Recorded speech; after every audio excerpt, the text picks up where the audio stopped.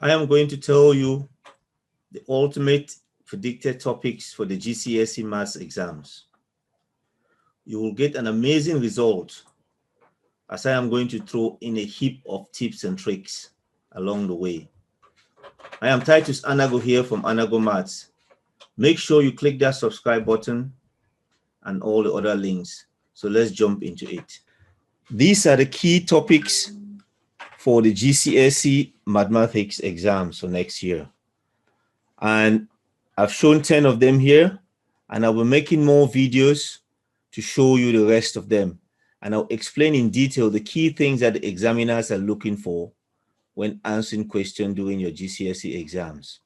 So one of the key things, how to use of a calculator, conversion meter squared to centimeter squared, functional money, conversion in currency, transformations, rotation and translation, proportion. Proportion is going to play a very important part in next year's exams because there's been more emphasis on it in the GCSE syllabus. And sequences, arithmetic sequences, and quadratic sequences, straight line graphs, Pythagoras theorem, speed, distance, and time. So I'll go through in detail to explain exactly what the examiners are looking for these topics.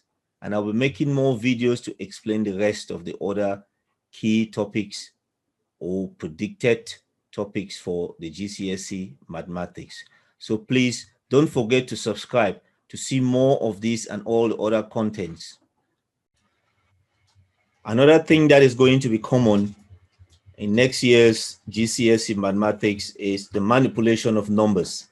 And that includes addition, subtraction, multiplication, and division. Division is an apparent weakness for most students.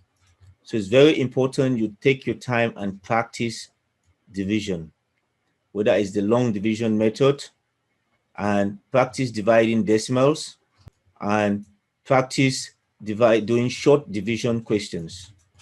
Second tip is to learn how to round numbers to the stated number of significant figures. For example, if they say round to 3 significant figure or 1 significant figure, or to round a number to 1 decimal place, that's very, very important. You don't want to lose that mark after doing all the calculations in your exams. Equivalent fraction is better understood by most students, and that comes in every exams. So it's very important to carry on and be able to do that. But the part which students tend to struggle with is the division of fractions.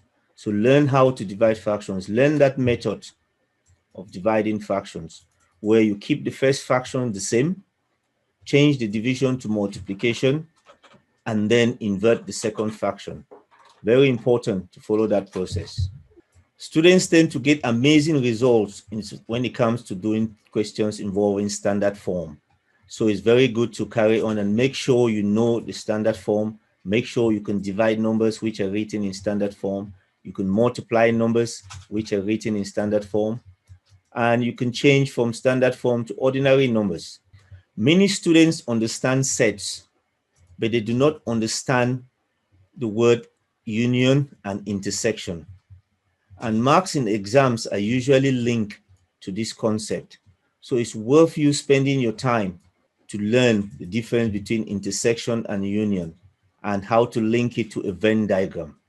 On the calculator paper next year, or the non-calculator paper next year, a word like estimating should mean a sensible way to round the numbers to 1 significant figure. And in that way, you'll be able to do it easily. You can round it to other sensible numbers, but when you round it to 1 significant figure, it's easier for you to manipulate it and get the correct answer. Thank you very much for watching this video. Please hit the subscribe button below to see the remaining parts of the video, which would contain all the other important predicted topics for your GCSE exams next year, and the important techniques, the tips and the tricks that the examiners need you to know in order for you to get that top grade in your final exams. I'll see you soon.